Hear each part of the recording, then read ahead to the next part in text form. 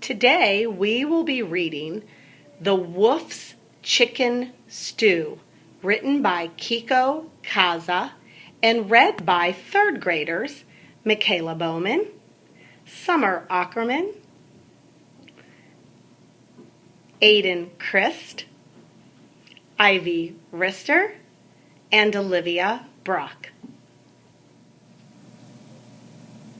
There once lived a wolf who loved to eat more than anything else in the world.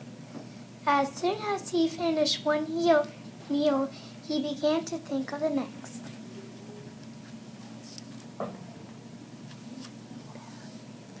One day, the wolf caught a terrible craving for chicken stew. All day long, he walked across the forest in search of delicious chicken. Finally, he spotted one. Ah, she is just perfect for my stew, he thought.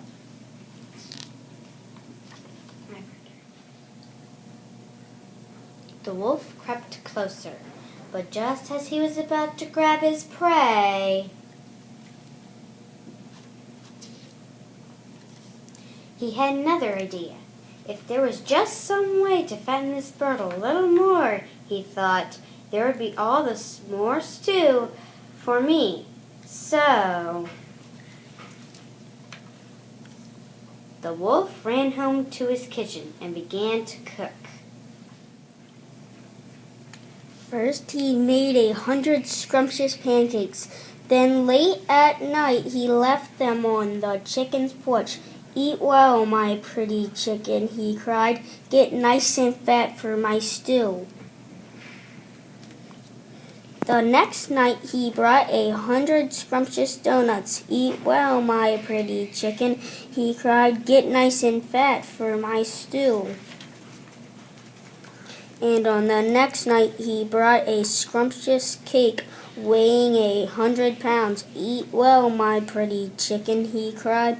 "Get nice and fat for my stew." At last, all was ready. This was the night he had been waiting for. He put a large stew pot on the fire and set out joyfully to find his dinner.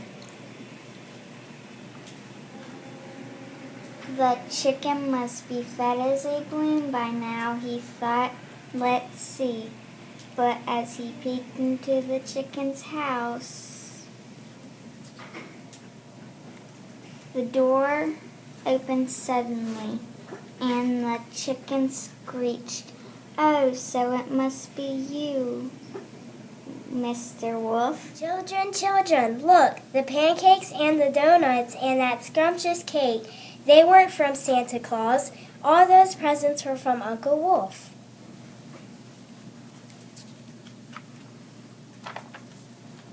The baby chicks jumped all over the wolf and gave him 100 kisses. "Oh, thank you, Uncle Wolf. You're the best cook in the world."